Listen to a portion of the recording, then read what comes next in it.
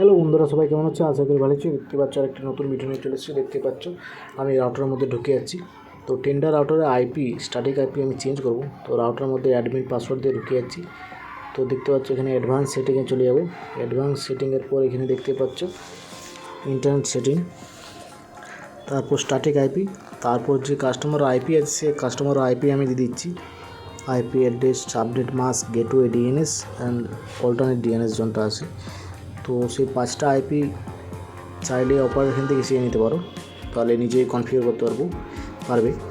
তো রাউটারে ঢোকার জন্য অ্যাডমিন পাসওয়ার্ড রাউটারের পেছনেই, টেন্ডার রাউটারের পেছনেই লেখা থাকে, আর রাউটারের আইপি ও লেখা থাকে। তো রাউটার আইপি দেখতে পাচ্ছ 192.168.0.1, চলটা গেটওয়ে আইপি। সেই আইপি দিয়ে আমি রাউটারের মধ্যে ঢুকে যাচ্ছি। রাউটারের মধ্যে আইপি সব দেওয়ার পর আমি এখানে সেভ করবো, ইজি সেট আপ। দেখতে পাচ্ছ এখানে আমি স্ট্যাটিক আইপি সব আইপি দিচ্ছি।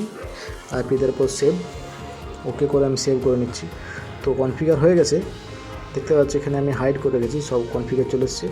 ধন্যবাদ।